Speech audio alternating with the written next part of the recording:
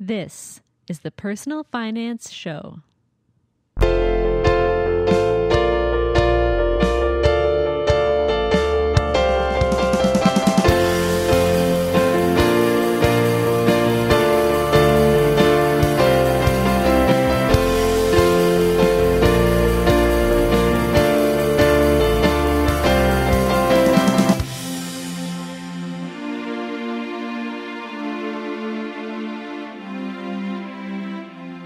Hi, I'm Bo Humphreys, and this is the Personal Finance Show. In 2011, Cait Flanders had credit card debt of $30,000, no more available credit, $100 in the bank, and had to move back in with her parents. Cait decided to reboot the blog she had previously deleted called Blonde on a Budget, hoping that writing about it would help her with her debt repayment and struggles with overspending. Since that first post in June 2011, on what has now become CaitFlanders.com, Cait paid off her $30,000 in full, got a job offer because of her blog, and came up with this crazy idea of going on a 1-year shopping ban. And then after a friend wrote an article on Forbes.com about her shopping ban, she was contacted by 6 different literary agents asking if she wanted to write a book. And she did. It's called The Year of Less, and it came out in January 2018. Cait joined me in Toronto's Trinity-Bellwoods Park to talk about her personal finance journey. I think that growing up in the household that I did was probably a little bit unique in that my dad was someone who always talked about money when I was growing up. So I have a lot of memories of just my dad doing things like cutting out articles from the newspaper and leaving them on my bed for me. So like I would come home from school and I'm like 14 years old or something. Yep. And my dad has left articles on the bed about RRSPs or something like that. I can't. It's a bit early. I can't even invest in those yet. So he's just trying to get you ready. Yeah, and he always talked to me about it though. And so I remember when I was really young, I remember going to the bank when I was, I'll say like 9 years old. I remember going to the bank with my mom and dad and opening up, back like in Canada, the RBC used to have like a Leo account. A Leo, what's that? It was just for kids. Oh, so okay. Like they gave it a nice little lion name. Yeah. So it was like the Leo savings account or checking account or something like that. And you got like a little booklet that came with it. Did it have a lion on it? Yes, obviously it had a lion on it. And I like that. I like this. I remember getting this little booklet and just thinking it was so cool. Like, they probably put $20 in it or something for me back then. I don't really remember the amount, but it was this thing that I was told then, like, whenever you get money, we're going to go and put it in the bank. And so birthday money or Christmas money, like if anyone gave me $20 or something, we're going to go put it in the bank. And then like, this is your money.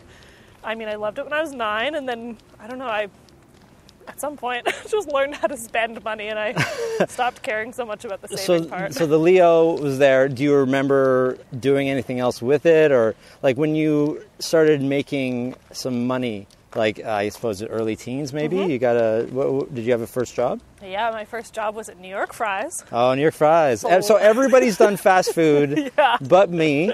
Everybody that I know. Okay, so my first job was flipping fries at New York Fries. Okay, making your poutine or your works or whatever they were called. It's a rite of passage for teenagers. So I was there, I think, for about 4 months, and then my second job after that, still in food, but was at a coffee shop. Okay, so did you just spend that money? Do you remember wanting to follow your dad's advice at all? No, I think the problem... Opposite? Yeah, I think the problem, too, was, like, I worked in a mall. Like, it's like now my thought, if I ever had kids, don't let your kids work in the mall. Because the problem is that when you're around it, you just, like, what do you do on break? You walk around the mall. That's right. And you look at things that you could spend your money on. Well, I had a break earlier today, and I had this thought, maybe I should just go look at things. It's an instinct, right? It's just, and this is all obviously pre-shopping ban. Way before, yes. pre-realization of any of this stuff. Okay, so early lessons, your parents gave it a try, but they didn't really take hold very much, and so you're not saving, you're spending your money, you're being a kid. This is what people do. I mean, I basically spent everything I earned back then. I mean, also too, this was when minimum wage was like $7 or something. At least we're not BC. Talking a lot. Yeah, so $7 and you're working 15 hours a week kind of max. I was like 14 or 15 years old. Yeah. So you're not working very much. Some of my paychecks were like $140 or something. I wasn't exactly making bank, but it's pretty easy to spend $140. And to me back then, earning money just meant like I had money to spend. You're being a typical teenager, and now you're going to school. You went to university or college? I did school a little bit differently. So I grew up in Victoria, and I went to, like, the first thing I did was just a 2-year diploma at our local college. Okay, in what? Communications. Okay, nice. And it was all really hands-on, so I did, like, radio, video. See, I like that. Television. I feel like I got a 4-year degree and I didn't get any hands-on things. And, like, hands-on is what you need, isn't it? It was, yeah. So I did that for 2 years, and it was really intense. Like, sometimes I'm like, I think that the way that I did school, or that program in particular, gave me so much of my work ethic and ability to, like, work for myself. Yeah, exactly. Self-impose a lot of deadlines and actually stick to them, because we just had so many. There were so many deadlines. So are we doing school backwards? Like, what do you think? Did you then go and do another degree or something?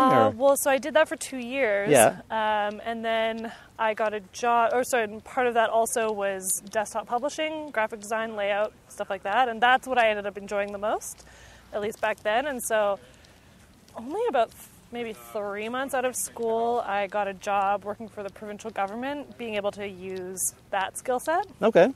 And I worked for them for probably 3 years at first, and then was like, there's an option in Victoria where I could go back to school through Royal Roads University, which I guess anyone could do. Royal Roads is like, you can take school online, but it's based in Victoria. So they would take the first 2 years of school I had done at college with just my diploma, and use that sort of as my first 2 years of university. Okay, so you're able to, I'm just thinking back, like, why do you feel like you were compelled to get this degree? Is there something that was needed to get the rest of, like, a university degree? That's a good question. For jobs? I mean, part of me thinks that my dad always told me I should. Yeah, it's a valid reason. I mean, that's what a lot of people get it. Yeah, and so I think my dad always told me I should. That was probably part of it. I know that I always thought that there were more things that I wanted to learn that I hadn't. Like, I actually was really curious about some of the more, like, theoretical stuff in the communications field. That's really interesting, because you got the practical, but then you wanted the theoretical after that. I just wanted some of it. Like, sure, yeah. And because even at the end of the day, I didn't do great in every class, but there were some classes that I excelled in, and I was excited about everything I was learning. Nice. So I think going back as, like, a mature student, mature being like I was 25 or 24, like I wasn't that old. Yeah. But you're considered like a mature student. Oh, you are, if you're not 18 or 17. So going back and completing it that way. So it took me 2 years. That's just the way it's set up. And when I graduated with that, well, actually, no. My numbers, this is where, like, my numbers or my finances get really weird. Okay. So, because halfway through that, so 1 year into my program, is when I realized I was maxed out. Okay, so maxed out, like, what? I had almost $30,000 of debt. Okay, so what's happening in the background then for all of this time? You're going to school and you're just buying whatever you want, and how does one get to that? Well, I think that I was definitely someone from, I got my first credit card when I was 19 years old or whatever. Yeah. Basically, from the time I got my first credit card, I just used it like it was extra money. Sure.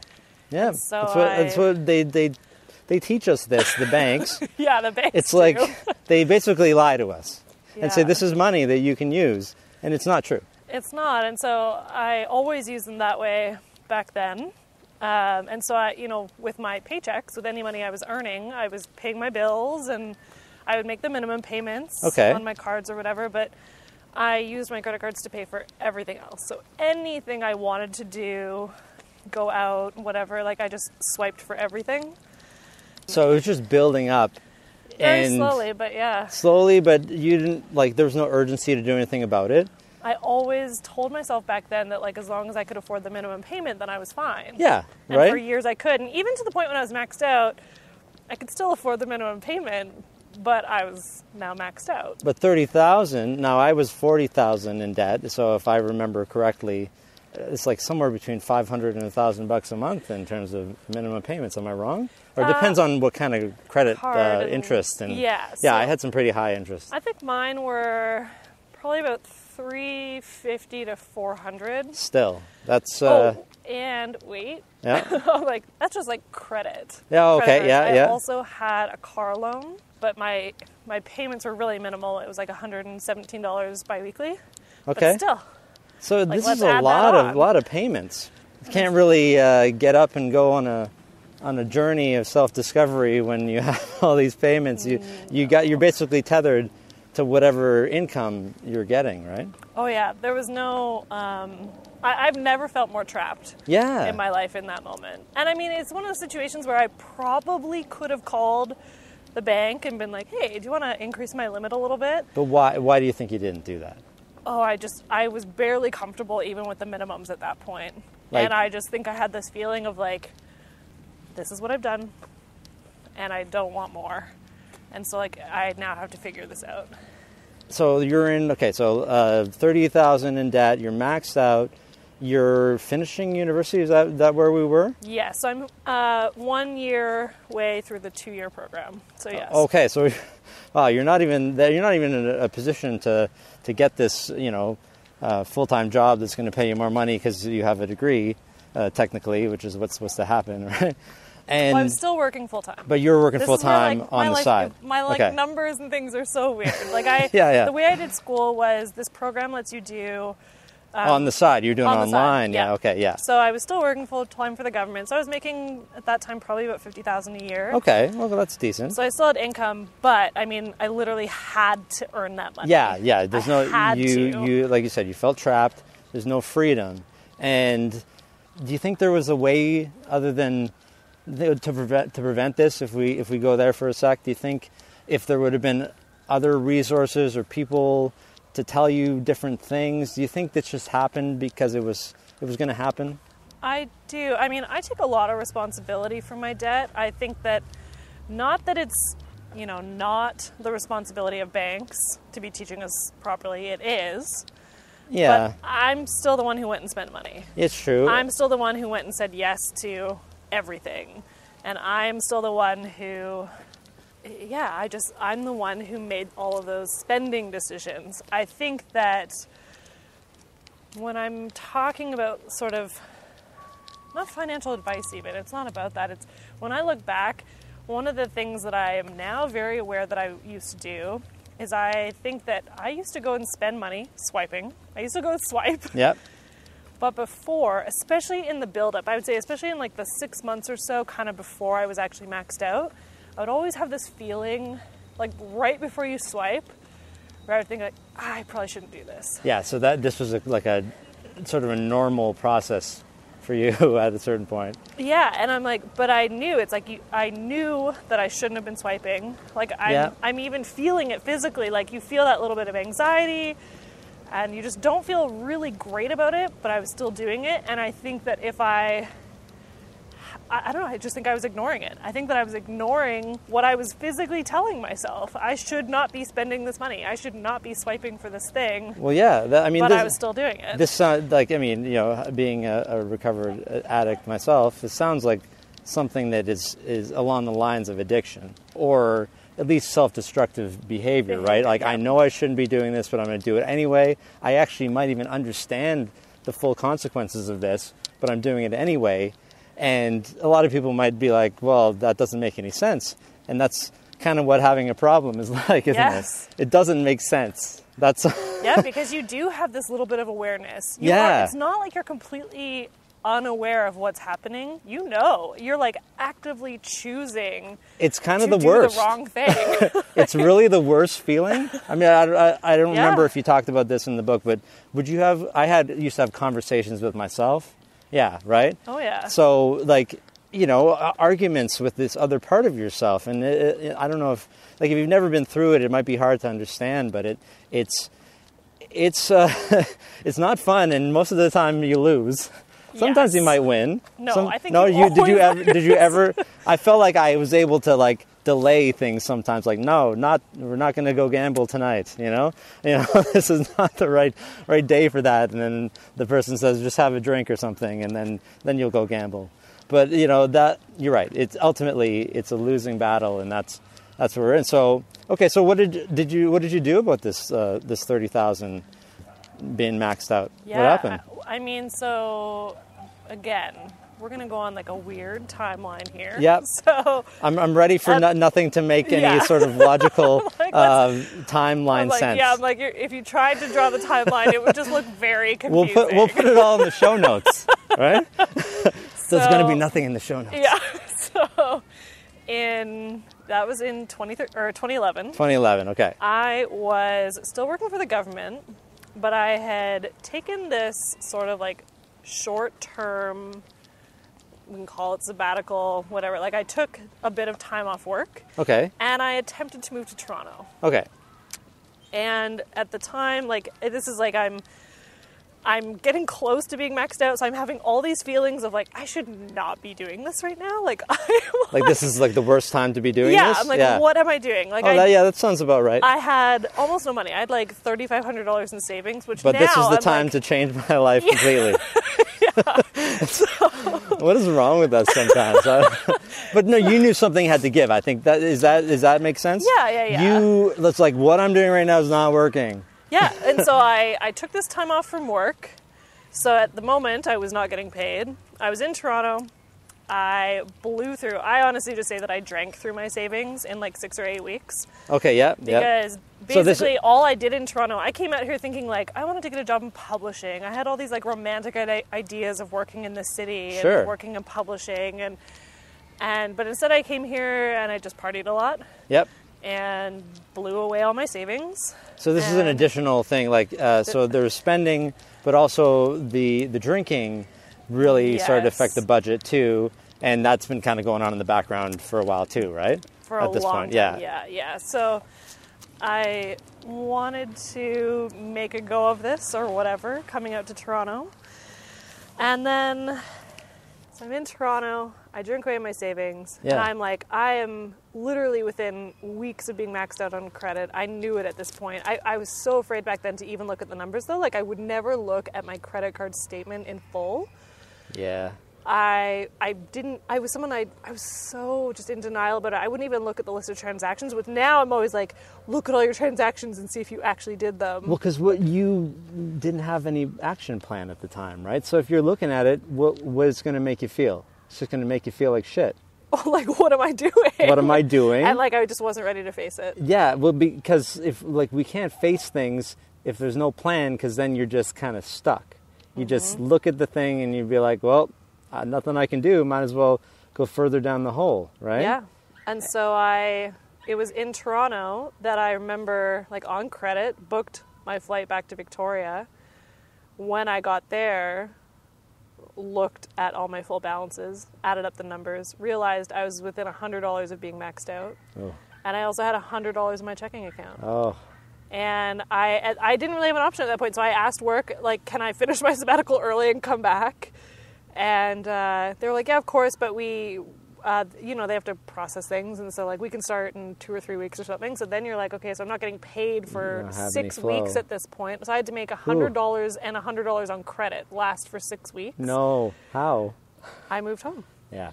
I was 25. Okay. And there was really no other option. The problem still is that it's interesting because whenever I talk about this, yes, I did move home. I moved home for 6 months. And it's interesting, the criticism that gets, oh, you just moved home, it was so easy. And I'm like, no, but I continued to lie. I didn't tell my parents how bad it was. So what'd you tell them? I told them that I had, number one, I asked them, I had to make one final tuition payment. Okay. And so I asked them if I could borrow, it was only $3,500. But I was like, can I add? So now I'm adding to my debt. Yeah. And I just said, would it be okay if I stayed at home, paid that off, and I'll look for a place, but I'll be gone by the end of the year. Unfortunately, they were like, yes, but... Okay, they gave you a condition. Well, it came with, there's no bedrooms for you at the moment. Okay. So if you want to come home, we can put your bed literally on the floor of the downstairs kitchen, which is like an old converted garage. So my bed was just on like a cement floor. All right. And so I'm like, there was nothing really, like, yes, I could go home and live rent-free, and that is an incredible gift, and I know that it's not available to everyone. No, it still wasn't this sort of like lavish like I remember crying myself to sleep feeling like such a loser. That's what we tell we tell everyone. If you move back in, it's because you failed, right? Yep. And you just needed some help. Oh yeah, like I don't know what else I would have done. Like slept on friends' couches. There was no way in that moment I could have afforded to go and get a place. Yeah. Maybe in a month or two, like once I got my first paycheck and stuff like that, but I couldn't physically, like I did not have money to go put a deposit down or pay first month's rent or anything like that. I didn't have that money. I had $100. Yeah. And so it just wasn't an option. So I moved home and I was there for 6 months. And then moved back out. But in that 6 months, like I was so serious about it that I put everything I could towards debt. I paid off over $10,000 in the 6 months. Wow. Like once I started getting my paychecks. Okay, so let's step back. What year is this? Still 2011. Okay, so is this when you started blogging? Yeah. Yeah. So did you start blogging as soon as was this like, I'm going to track my debt repayment? Yeah. And then if you wanted to go one step back even further, in October 2010, my blog used to be called Blonde on a Budget. Yeah, Blonde on a Budget. Okay. And I set up like blondeonabudget.wordpress.com on October 1st, 2010. Free WordPress site? Yeah. Because back then, I knew that things were getting bad, and I knew I wanted to get out of debt one day. Okay. But then by like February, March, like I moved out to Toronto, and then I knew I wasn't done spending. Okay. Right? And so I knew that it wasn't like I was actually ready to start paying off my debt yet. So I deleted the blog, and I basically went on this bender of literally drinking and spending everything. And then when I came home in May of 2011, so only a few months later, I started it again. And did you now it's you had blondeonabudget.com? Yeah. It's funny that you say that because that you weren't ready, right? The part of you, because like I know this feeling, right? That we all have relapses, right, over a period of addiction and whatever kind of addiction it may be, and sometimes you don't know if it's the last one. So but I do believe that you know when it is. I don't know if you agree with that. Like, I know when my last one was, and I mean, it just happens to be the last time that I gambled, but I knew at the time, too. And what they tell you is, like, over the years, you're going to have a bunch of them, and it kind of sucks, because you're like, okay, just one more, and then I'm good, and then it's not the last one. But you need to get that last bit out. You're like, well, I'm already in the hole, I might as well dig a little deeper. And then you went for help. So then you started sort of on the slow road to recovery, would you say? Yeah, I would say just with spending at first. Okay, so you paid down $10,000, like almost right off the bat. Yep, and then being frugal, not spending. Yeah, I basically you still drinking, or you? Yes, I was still drinking. But I would say I was heavily not drinking as much as I had been. But not spending as much money on it. I did a lot more of just like less benders. Go to friends' houses, and I would still have a bottle or two of wine. Sure, but it can like be you buy cheap. the $10 bottle, and then so you're not spending a lot. Yeah. Okay, so you're getting through this, and you're working back at the CRA. Provincial government. Provincial government. Yeah. And then what's your next step in terms of money milestones? I mean, I moved back out after 6 months, which on its own, it sort of felt like a milestone. Yeah, that just is. that I had the money and that I was... some money in the bank and some less debt. Yeah, and like I still was very serious about my debt. Like I paid it all off within 2 years. From the day I was maxed out, it was actually just even a little, like maybe 10 days under 2 years. So I paid it all off in May of 2013. And you're writing all about this on the blog. Yep. You're starting to get people supporting you. Yeah. Getting some traction. Are you able to, is the blog making any money, or is that not even a concern? It was never, and I mean, still to this day, it's not really a thing. But, and this is where it's sort of like, again, the timeline gets tricky. Yep. But so I moved back out on my own, right? Like December, January, say 2012. Yeah. So beginning of 2012. So then in August of 2012, in July 2012, I finished school, and I went on a summer-long bender. Okay. Because I think for the last portion of school, I was really serious about school. I really cared about getting my degree and doing well. And so I didn't drink that much while I was in the final stretch of it. And then I just went on this crazy bender for the summer. And I remember at the end of August, getting an email from someone who would then become my boss in Toronto. And I'm back in Victoria, right? And so someone in Toronto going, hey, I love your blog. I know you like Toronto. Wow. Do you want to come and work out here? So the blog actually got the attention to get you a job offer. A job, yeah. This is a good encouragement for people to just get out there and write about their experience. If you want to be a writer, yeah. If you have some writing ability, yeah. And it was interesting too because I'm grateful for all the work that I did with the government, but I remember a couple years into being there, so I was there for 5 years in total.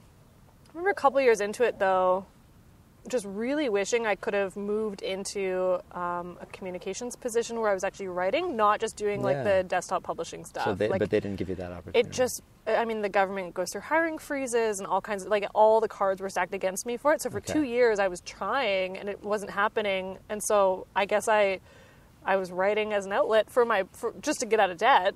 But then I was really enjoying writing. And then it did start getting some readers, and then the job offer came. Cool. So what did you do? I quit my job and I moved there 3 weeks later. But I also, that is very, it's always looking back, right? There were other things that happened that summer. I went through a really tough breakup, and I was totally in that mood of just burn it all down. Yeah. Almost not burn bridges because I didn't want to burn any, but just get me out of here and move as quickly as possible in the direction that is the opposite of where I am right now. And so, I quit my job, and 3 weeks later I was on a plane with 2 duffel bags of stuff, and I was in Toronto. So did you keep the stuff that you already had, though, somewhere? In my parents' basement. Basement, yeah. Okay. So there wasn't any sort of purging happening at this point Not yet? No early purge. So they'd be 2 duffel bags worth of stuff, great. Yeah, it was minimalism. All clothes, and I think half a duffel bag was books. Yeah, okay. I brought 40 books with me or something, and probably even, I remember at one point had to pay extra for the overweight or whatever. On the book bag? I'm it's so funny, I don't know why I would bring 40 books with me anywhere now. That felt really important that they came with me. And are these books that, because I'm remembering what you've written in your book, that you had read? No. Or no, you hadn't even read them yet? No. And do you remember if some of these books that cost you money for overweight, that you maybe didn't even read them at all? They're probably all gone at this point. And I probably read 10 of them. Well, there's something special about that. Here's you pay. It's something about paying overdraft charges on something that you don't even use. You know, things like that, right? I didn't even know I had this bank account. I don't even use it just because you weren't paying attention. Yeah. So that's awesome. Okay, so you worked in Toronto at this unnamed company, mystery company. I know what company. I'm not gonna say. We can say. I don't think it's bad. Yeah. I talked about it on the blog. But you didn't. Yeah. Okay. In the blog, but you didn't say it in the book. Yeah.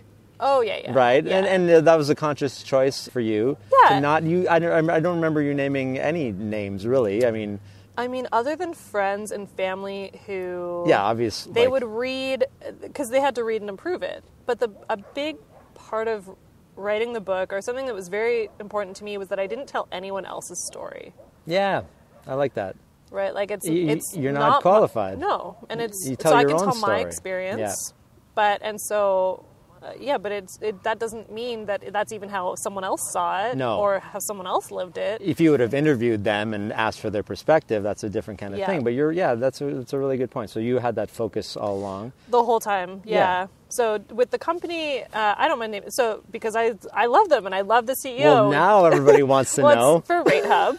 So I worked for Rate Hub for 3 years going on, and left in a great position of Alyssa, who's the CEO, I would still say is probably the best person I've ever worked for. And you guys were all in a house together. Yeah, in the beginning, yeah. So you can look up, probably hear something from Alyssa telling the story, or just if you get a chance to hear her tell the story, all in one house, just kind of building it up. And now, like, this company is huge. It's huge, yeah. I mean, if you don't know, it's ratehub.ca, right? Yeah. Yeah, ratehub.ca. Check it out. I love the mortgage calculators. When I was actually looking at a house foolishly when we were trying to buy a house in this city. Like, how can I make this work? What a futile Rate up calculators, thing. Show me the way. Yeah, I'm like, this is broken. There's something wrong with this calculator is broken. There's no way. No one has that kind of money. Yeah. But okay, so RateHub, and you were the content was your thing. Am I right? Yeah, I was the managing editor. So I started there in September of 2012. I stayed in the city and worked here until the spring of 2013, and at that point just said to Alyssa, like, BC is home. Yeah. I knew it was time to not drink anymore. Okay. Because again, it's until we get to our moment where we're finally like, we don't know. Now I'm done. And I had that moment of just, and I'm good now. So that was the moment, 2013? Yeah, and so I knew, like, not that I couldn't have made it work here, but my social life in Toronto was all drinking. And so you made a conscious decision to stop drinking. Yes. And that like I like to say this, sometimes you need a change of scenery to solidify that change. Yeah. And I knew that I would have a better support system, at least in the beginning, because my dad got sober when I was 10. So I grew up around I grew up in a house where there wasn't alcohol after I was 10 years old. And so I knew I would have my dad's support. I knew we'd had, growing up, some other friends who had gotten sober. And so I knew, like, I had friends who would be supportive of me making that change. And I just felt, too, like there were things about BC that I missed. Like, it's super outdoorsy. I can't say when I was drinking that I was a very outdoorsy person. But I would say in sobriety, though, the outdoors has probably become my go-to for most things. Like, I will jokingly be like, hashtag nature therapy, but it is. Well, we're outdoors right now. We are, but we're cold. You don't have any mitts. No, I'm good. You're all right? Good. Yeah. So, I mean, this is not BC, but does this feel comfortable to you? Like, does this feel more like home than if we were sitting in a studio? Yes, yeah. Right? Yeah, it's nice, actually. It's nice and it's quiet. Yeah. Other than the dogs every so often barking. But I like those two, though. So you need to get back to where you felt like home. And so you moved and you ended up working remotely? Yeah, I just worked remotely for 2 more years. Because I didn't want to leave RateHub then. I just knew that the city didn't feel like the right place for me to be. And so I went back to BC, and then I was living so that was like April of 13. I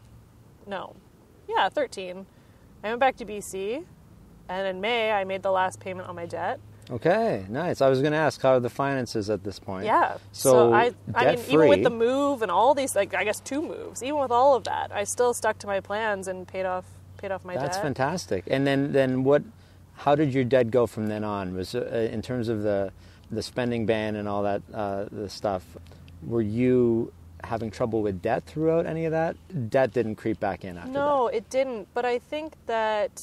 But that wasn't the reason. No, I think this stuff's always in hindsight, right? Like, I think that for years, my coping mechanism for both, like, celebrate a good day and deal with a crappy week, my coping was always drinking, or for a long time it was to drink. Yeah.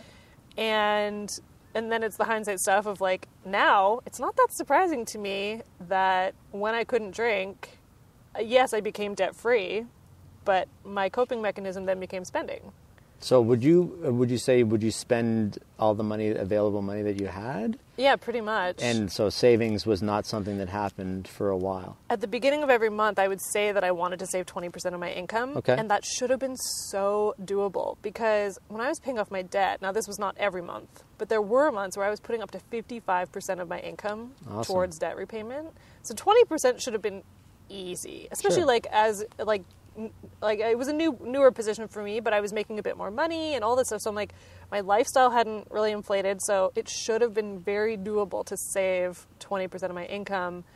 Wasn't happening. No, at the end of every month, I would write these updates on my blog where I would literally justify why I had only saved maybe 5%. So you're keeping everyone posted. Yep. All this stuff.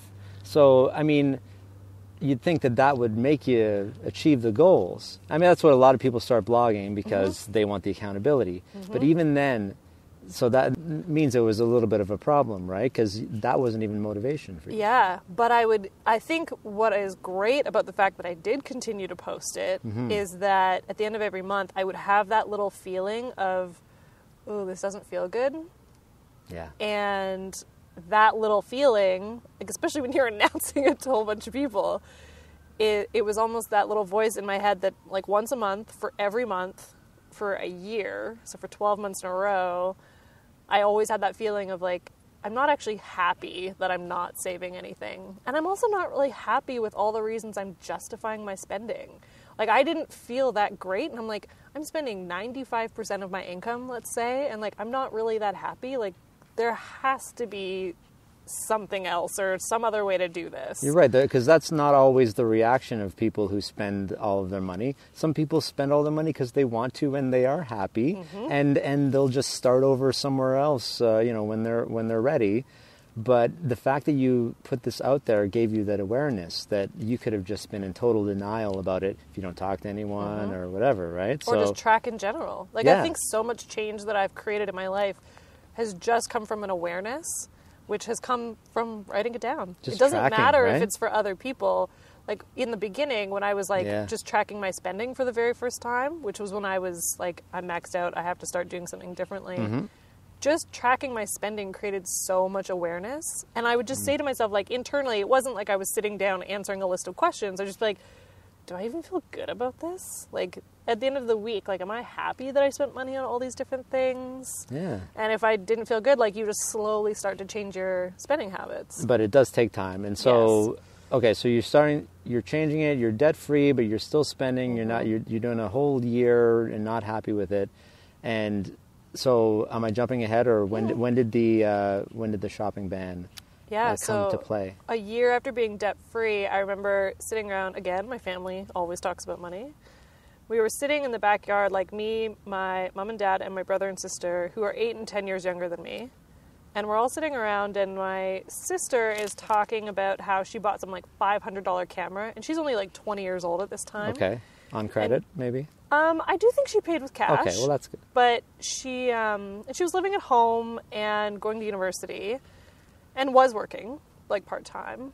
And, I mean, we're all just kind of teasing, but I said something like, oh, like, you shouldn't be, like, spending all your money, like, you know, you got school and it's a normal reaction for a 20-year-old and like buying a really expensive thing. Yeah. And so, like, and your older sister just be like, don't do that. Stop wasting your money.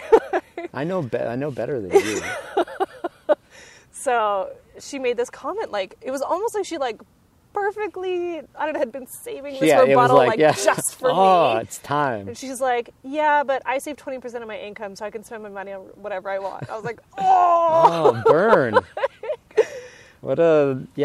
She must have had it ready. So there was back that. Pocket. But then what's weirder is that then, like, have you ever given advice before and then been like, wait, why have I never given myself that advice? Yep, so absolutely. Then I said to my sister, yeah, but you live at home.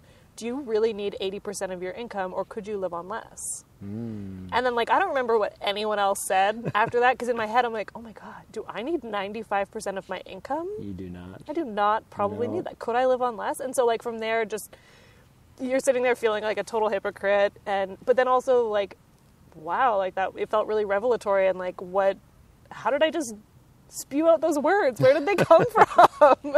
Like, thank God I had my sister to give advice to. Yeah. Like, I don't know if I ever would have thought of that. Yeah. So then you decide to formalize this? Yeah, so from there I started just having a few conversations with friends, saying things like, I've been thinking about doing this thing. Maybe I don't buy stuff for 6 months or a year, and just Had you seen? So sorry to interrupt. Yeah. Have you seen this before? Was this inspired by No. You've seen someone take a break from saying I'm not going to buy anything? This is I had never looked into that at all. I remember, there were a lot of personal finance bloggers back then who would talk about no spend days. Yeah, okay, so no spend days, maybe no I'll have spend Thursday, or something like that. I'll try to have 3 no spend days a month or a week, or something like that. So, but then they just spend big on the other days. Kind of defeats it. Yeah. I don't know. No cheeseburger days, and then Saturday. Yeah, it's all the 5 cheeseburger day. I like those days. So I remember seeing things like that.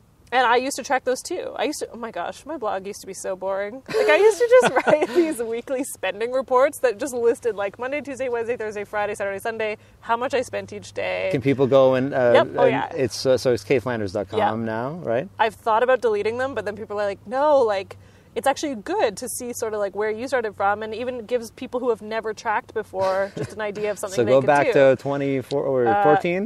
Even 2011. Go back to 2011. They're the worst. Find some terrible, terrible blog posts from Cait. And then read the book, and you'll be great. You'll be like, whoa, yeah. That's a big change. But, that's you just keep writing, right? But you're just writing about you, as you said. You're writing about things that are happening. And unfortunately, our life isn't always, uber exciting all the time. But you're being honest and accountability, and that's good. And so you're writing about this stuff, and you're talking to your friends. You're saying, I think I'm going to just stop. Well, I just was kind spending. of throwing it out. I'm like, what would 6 months look like? What would a year look like? And I had no sort of... Oh, nice. Oh, that's awesome. actually really good. Here, I'll give you my card. Can you email that to me? That might be great for the cover photo. We're doing an interview We're right recording now. a podcast right now. No, it's all good. No, here. It's perfect. Thanks so much. Just email me there. That's awesome. Appreciate it. Thanks so much. Cheers. Thank you. Well, I think we just got the cover of the podcast. That's amazing. Thank you, sir. It's great advertising, and his name is this, and this is his business. This happened last time when I had Stephen Wayman on. Really? We walked around, and because it's our fault for just not having anything up. We're not holding microphones in front of us. Yeah. We're just having a conversation. And Daniel Trezza from Save with Dan, he came up and started talking. Oh, that's so funny. And so he made it into the end of the podcast. Oh, that's hilarious. Yeah. That's so awesome. You were bouncing. What would it look like? You said, well, we're bouncing off your friends, and I think that's where they're like, you're crazy. Some of them, yeah. But I also think actually my friends weren't that surprised, because at this point it's I've paid off all my debt and blogged about that. I had quit drinking. I also back then I'd never been super active, and I had started running. I'd lost 30 pounds and was training for half marathon. You're kicking ass. I was just doing all these different things, so my friends are kind of okay, add something else to the list. I like the friend that you talk about in the book who's always supportive. Emma. Emma. Yeah. Yeah. Just kind of a nice feel. Everyone's got I hope everyone's got a friend like this. Everyone should, because you need someone to support you. Just. Through anything, all the things. And what I will say about that is that Emma has taught me the lesson that we all need the friend who will enable us to make the good decision. Because it's very easy to find the friend who will encourage you to go yeah, you know what? Eat the pizza, skip the gym. Absolutely. Or yeah, let's go for a drink. Screw doing whatever is better for you. Let's just go out, and they just encouraged all the bad things. And I also know I was one of those friends for a long time too, right? If I wanted someone to come drinking with me, I'm encouraging them to come out. Well, misery loves company in one way or another, even though it might not seem like misery. Yeah, and so it is in a way.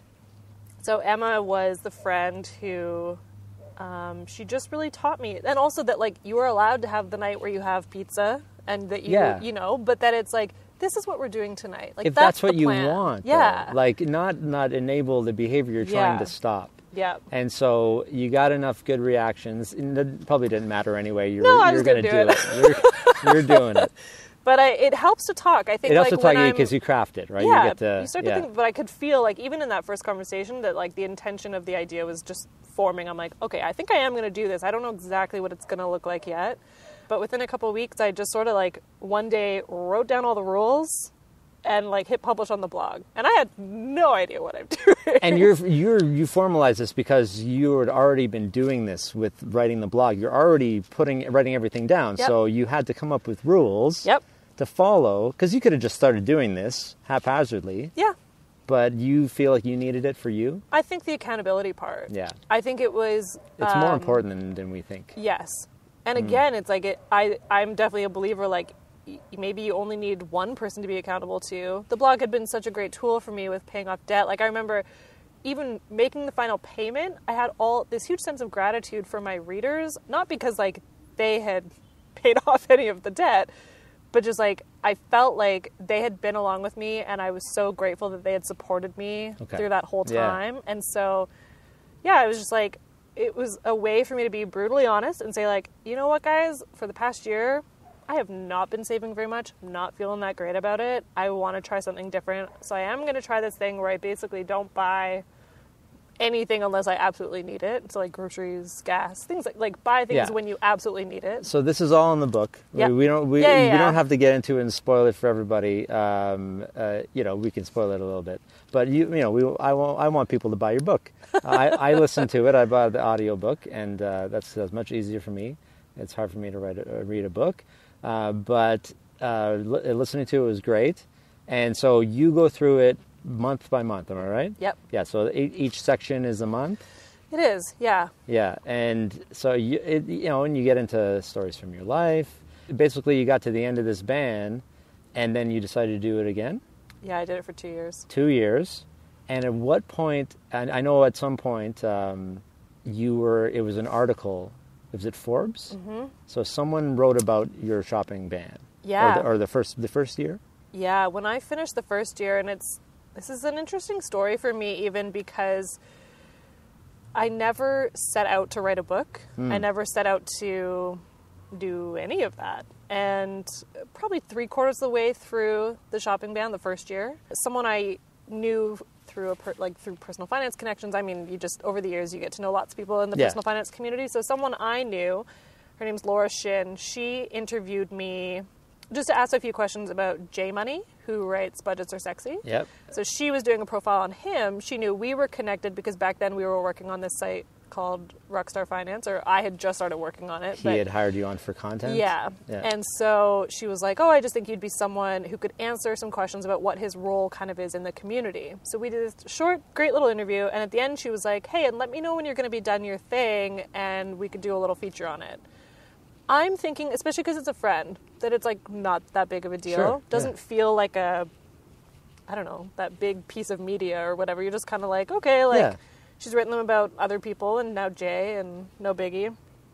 And then it came out the same day that I finished the first year. And she emailed me that morning and was just like, FYI, these things have a tendency to go viral. And I was like, okay, but I still didn't really know what that meant. Yeah. Maybe it will, maybe it won't. Yeah, but I mean, the traffic was crazy, and in the first 2 weeks that followed it coming out, I'd been contacted by 6 different literary agents, all asking if I wanted to work on a book, and that's awesome. And that's also proof that the answer to the question from earlier is no one apparently has done this, because if a whole bunch of people had, I actually think that there are now, and I found some of them like during the year, there are people who have done them. One is actually, and I'm not going to remember her name because I'm the worst, but she's actually in Toronto. Oh, okay.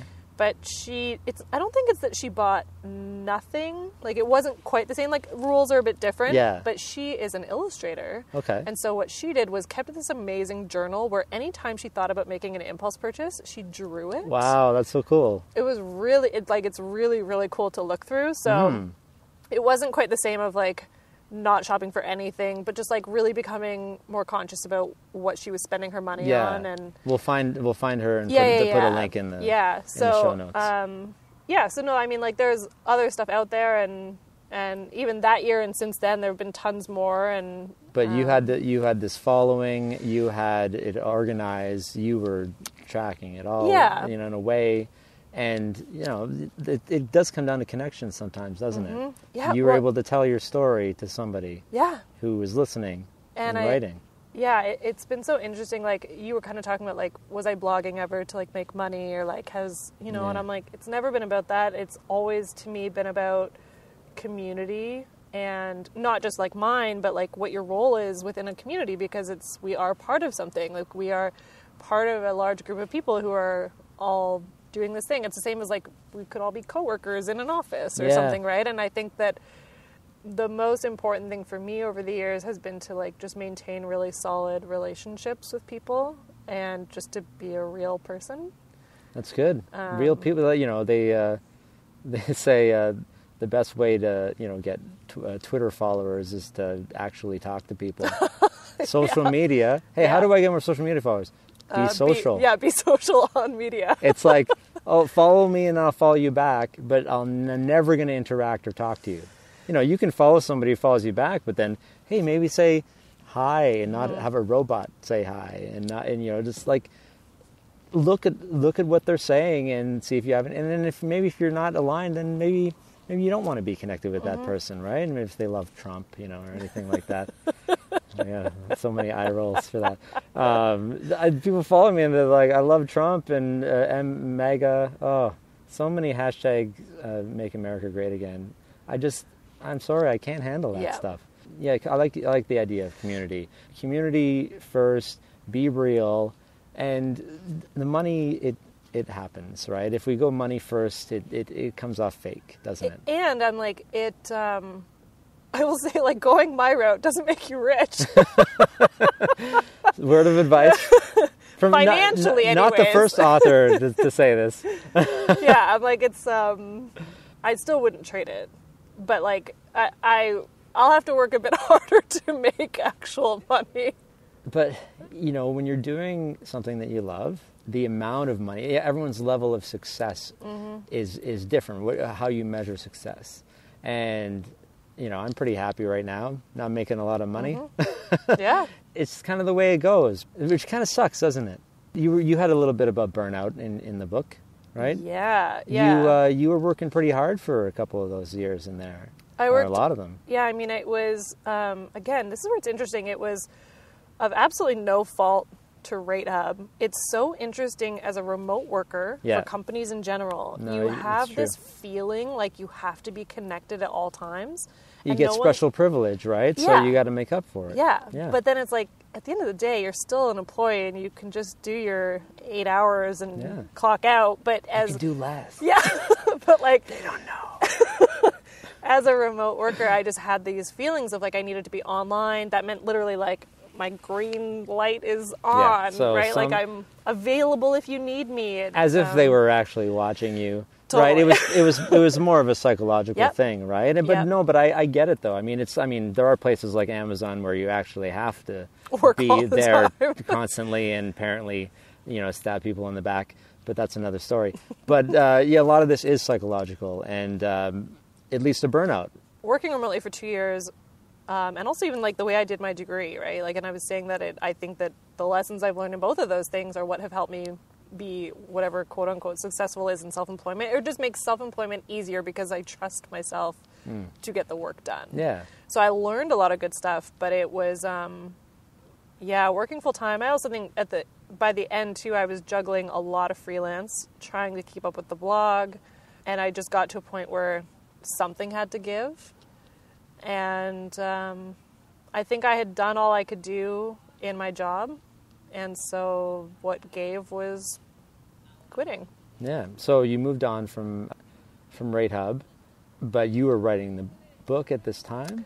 Or no. You had been done, you'd finished the book? No, you hadn't even started yet. So what's... Okay, so we're back into the wonky timeline. So, that year that I was doing the shopping ban, I was working that whole year. My last day was like a week before the shopping ban ended. And again, so let's think about this, like the beginning of it, I'm like spending 95% of my income. Oh, now you're saving. Yeah. And now I'm saving tons of money. and I saved $17,000 Canadian that year. Just to interrupt again. Yeah. I like your level of confidence in every month thing. Because like in the middle or something, you were at 40, and I'm like, no, 40%. And then at the end, you're like, 100. I'm like, yes. So it really it does kind of take you along the journey. It probably helps that you read the book. Because you were reading the book to me, basically. Yeah, right? totally. I think that makes a big difference. Yeah, listening. I'm glad to that you audio. made that decision, and I do remember that you said you had to audition for my own book. I would have been like, screw you. Well, I mean, but they're paying for it. They're going to pay you. And they're going to pay someone to produce it, and they're paying you to do it. And to produce it. Yeah, they're paying for the rights, which is great. It's great that it was going to be an audiobook, but they needed to be cool. I think too it was more they make there are some authors that don't want to do their audiobook. Yeah, no, you're right. A lot of people don't want actually a lot of people are great writers, but they don't have a lot of speaking ability. I always thought they were connected, but I realized that just because you're great at writing doesn't mean you're a great speaker, and if you're a great speaker, it doesn't mean you can write either, right? Yeah. So I kind of had them connected, so I'm glad I kind of woke up to that. But sorry, I interrupted you. No. You were this is the last week. The shopping ban, and you left, and then saving. Yeah, so you got the saving. You were saving. So I saved $17,000. $17,000. I saved awesome. on average for the whole year. I saved 31% of my income that year. Awesome. And as part of that, what was so interesting, I also in the later half picked up a ton more freelance. So I was burnt out for all kinds of reasons. Yeah. I was doing way freelance too much. Freelance was plus a full-time. It was a full-time really job. Full-time. Really more than full-time job. So I was. Why do we do this to ourselves? And blog, it was a lot. Sometimes I think that we do a lot, and then one thing is going to give, right? It's almost like we do a lot before. Try them all out. Yeah. See what something has is to this? be. Which one am I going to stay? Yeah, that's a good point. But you don't want to hurt yourself in the process, though. Right? No. That's a tough one. But what was so interesting is then I, in saving 31% of my income, before this, being really honest about numbers, I was kind of lucky if I ever had $2,500 in savings. Yeah. And by the end, I had about, $15,000 in cash. And so part of that was my emergency fund. And then I just all of a sudden was someone who had a huge cash buffer in checking that had never happened before. Great. And put that in the high interest savings. But that money is what then gave me the confidence that I could quit. Yeah. And not because because I had a lot of work lined up and I had this huge cash buffer. I never ever could have quit my job, or at least not at that age, if I hadn't done the shopping ban and saved all that money. If you're still spending. Yeah. Yeah, because you would have just spent whatever was available, right? And so, yeah, you're spending less, you're saving more, so you need less money. Mm-hmm. And it turns out you're already making it. Yeah, I was other jobs. Yeah.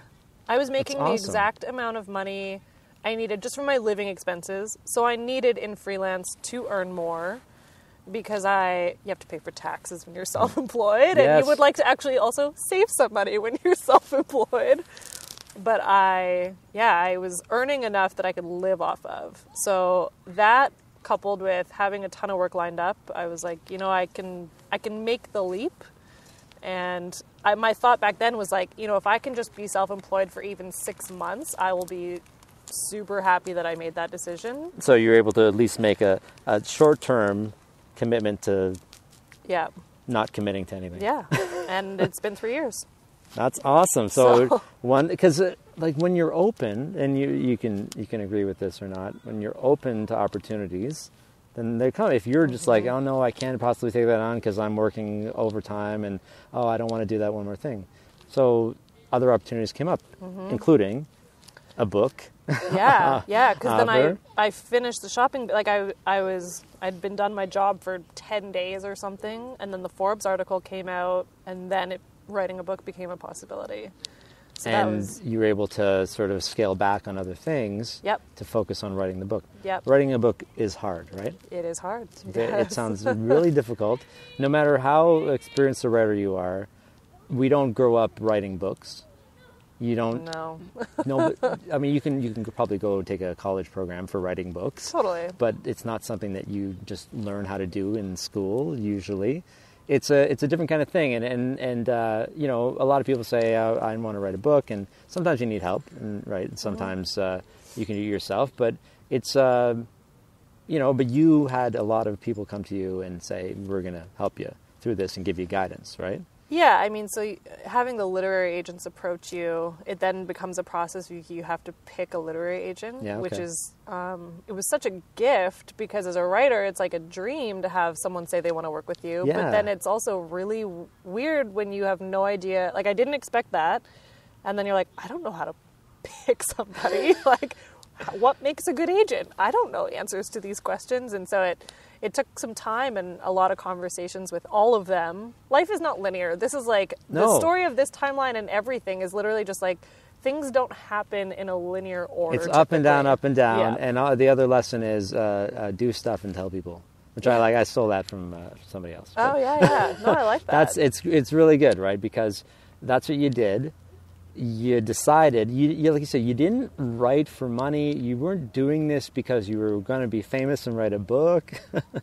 You did it because you wanted to do it. Mm-hmm. You actually did it to save yourself. Yeah, I think parts of it was never about even like the writing about it, right? But the like telling people helped so many people. Writing the book. The book is called The Year of Less. Yeah. The Year of Less. The Year of Less. Okay. I thought I might get a word wrong there. That was good. So The Year of Less, it's an awesome book. It's got stories, some stories which are a little bit difficult for you to tell, right? Yeah, there's a lot. Some parts of your life, some personal bits. There's a lot in there about the drinking, and then like just what age I started, what role kind of alcohol had in my life for a long time, and because I think there's a lot of parallels as we've discussed here of just like consumption tendencies as a whole. Yeah. And so I felt it was really important because even if people can't relate to the drinking stuff, you could apply that to eating or any kind of you can apply it to a lot of things. Yeah, it doesn't have to just be about the drinking or even just the spending. It's like the reasons why behind why we do those things. This is why when I talk about my gambling, I hope that people can see past that. I always say that the addiction is the result of that problem, right? The stuff that's going on, and once you address that stuff, right? I don't need this stuff to be happy. I don't need a lot of money. I just need to be real and be me, right? That's a pretty good lesson. When I got to the end of the year, I think that's one of the most important things that I had learned was that there were, especially with spending too, but even I thought about it even more with drinking and stuff, like there were so many things that I used to do or buy because I thought that they would somehow make me better or even just like more interesting or someone people would actually want to be around. And it was definitely a huge lesson in like that I was spending to maybe try and boost my self-worth, but that was always very temporary. And always stopgap measures, right? All these little ones. Do you feel like you kind of have like you started over? Or like a couple of times, but this there's an end to this chapter of your life where you're trying to figure out what's what, and do you feel like you just kind of started fresh? Yeah, I think that I definitely finished that year feeling like it was the start of something new, and in some ways, obviously, it was. Like I was newly self-employed, and I did have a bunch of new things sort of happening, but I think that. Again, the hindsight. You never know it in the moment or like when you first set out. But I can't even imagine what life would look like if I hadn't done this. Like, it's so interesting for me now to be where I am and just living the life or lifestyle even that I am. And I don't know, I think I'm more content and also more confident than I've been ever. Yeah. That's really awesome. Right? Like it's not like a cocky confidence. It's like I just like I finally like know who I am and I have some self-worth and like I know what I bring to the table and know I'm a good person, and I don't think I knew all those things, especially with the drinking. I don't think I knew those things about myself. And I definitely have felt like by the end of that year, it was the beginning really of understanding who I was, and it's only gotten better ever since then. Well, that sounds like a really good place to end. CaitFlanders.com. Is that and so you're blogging sometimes, but let's mention a couple of the other things that you're up to. Yeah. So the Year of Less, obviously, you can go to Amazon and Indigo everywhere. And bookstore if you want a physical book. Yep. Those still exist, apparently. Yep. But Audiobook, I enjoyed that one. Yep. I think I got mine on Google Play. So I do have a podcast that I co-host with my friend Carrie Smith. It's called Honest Money Conversations. If you were to go back to them, I would say maybe just listen to season 4. Okay. And 5, but season 4 was like mine and Carrie's favorite. Okay, very cool. And sometimes you have guests and sometimes it's just the two of you, right? We usually only have like 1 to 2 guests a season. But you guys pick a topic generally and you're talking about that. And we always talk about stuff that's like going on in our lives like in the moment, so that it's not just kind of like a rehearsed whatever, like it's kind of like this, like we just sit around and like, what's going on right now? And that's right. We'll kind of dive into it. And you guys are a little bit different in terms of what you do, so there's a little bit of variety there. And Carrie's American. That's it. So it's like, that isn't there something like it's like you should call it cross-border something? Do you guys toy with names when you started? It's like we did a little bit, the the 100th meridian. No, that's Great Plains. That's where the Great Plains begin. And the 49th parallel, is that? I don't know, but I'm pretty sure that's a coffee shop in Vancouver. There you go. That helps my case. Yeah, I think I might be right. But other than that, I don't know. I hang out, if I'm not blogging, I probably only blog a couple times a month. But I hang out on Instagram quite a bit, and that's just at Cait Flanders. You got lots of blogs in the past. You've done your share. I've written a lot. You've done a lifetime of blogging. I think you're good there. You're allowed to move on to whatever you like. I'm remembering something called the Minimalist program. What's it called?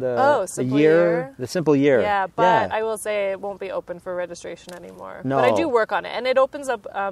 You're part of this? Yeah, every fall and like January it opens up. Can you give us a little brief thing of what it is? Yeah, it's these. And your role in it? 12 months of content, so like each month has a subject, and every month is taught by someone in like either the minimalism or like simple living space. So there's a lot of big names in there that are like the minimalists. So they're in there. They're the most famous of the minimalists. Yeah, so there's a lot of people in there though, and I teach, it's July, I teach the topic of money or just simplifying your money. So no, it's been great. So this is a program people can sign, not right now, but for the next year if you want to look into it. Yeah, I think it's just simpleyear.co. Okay, simpleyear.co. Yeah, well, and I always I'm so used to being like, can I work on Rockstar? But I don't work on Rockstar anymore, but it's still there. Like, are you going to conferences and people are you speaking about the book, or you're doing a little bit of a bookstore tour now? I'm book touring right now, but on May 1st, I'm actually getting on a plane and going to the UK. Nice. And I am doing 2 talks there, but the UK for me has always been vacation. Yeah, okay. So going there for that primarily. So I'm doing 2 talks, though. There's one on May 8th, and then actually on May 17th, I'm talking at Google. Google UK? In London. Yeah, which will be really, really neat. I'm very nervous for And you're going to talk about the book. The book, I think I'll talk about mindful consumption. That's good. So bring up some research and other things that I've found as well, but that's talk great. About mindful consumption. Yeah, I mean, you definitely have, that's your expertise, and now technically you're allowed to call yourself an expert. Ugh, I still don't like that. They say get yourself a book and you're an expert. It's funny. And then the PhD people are like, damn you, book writers. I'm the real expert. Yeah. But no, you obviously have enough to write a book, and then if the book is well read and well received, then you are an authority. So I guess I'll take that. You've been through it. Authority. The authority I can take. I like that. You're better. Expert, I think it's funny. I mean, it's a rant, but I keep it short. I find that word, what bothers me about it is almost like you have nothing more to learn. Yeah, you're done. I have lots more to learn. Yeah, it's true. We always have more to learn, right? Yeah, that's a really good point. It's like if it's got a finality to it. But authority, I'm okay with that, because it's like, even if I don't know, maybe I know some of the places to find it, or I'm curious enough that I want to keep learning about it. That's right. And I feel that way about the topic of mindful consumption, that I want to keep learning and kind of diving into that. Awesome. And at the end of the book, you actually have a guide, right? For if people want to do it themselves. Yeah, or just something even kind of similar, even if you're just taking some of the steps out of it. That's all at the back of the book. So if you read the book and you like the story, if you just like Cait's story now, and then you can give it a try. And there are a bunch of people doing it now, aren't there? A lot. Some of them you know. Some friends, maybe? Maybe a little bit. I don't know. I hear from people all the time, whether they're doing it for a month or 3 months. Some people attempting a whole year. Some people, and like tweaking the rules for them. Some people are like, I'm just cutting out one thing for a year. It's a personal thing, right? Yeah, which it should be. It should be. The rules should not be maybe exactly what I did. Like Personal Finance 101 is that it's personal. Personal finance is personal. Right? Yeah, so. You got it. All right. Okay, thanks so much for hanging out with me in the park.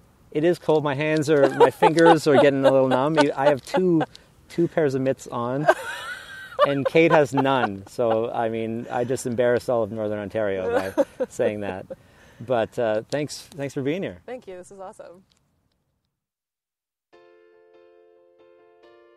If you like this episode, please subscribe to the podcast on Apple Podcasts, Google Play, SoundCloud, Stitcher, or whatever app you use to listen to podcasts. It would mean a lot to me, and it only takes a few seconds. For the show notes and any links from the episode, head over to my website, investwisely.ca. And while you're there, please feel free to send me a message on my contact page. Thanks so much for listening to this episode of the Personal Finance Show. I'll be back next week with Eric Brotman, President and Managing Principal of Brotman Financial Group.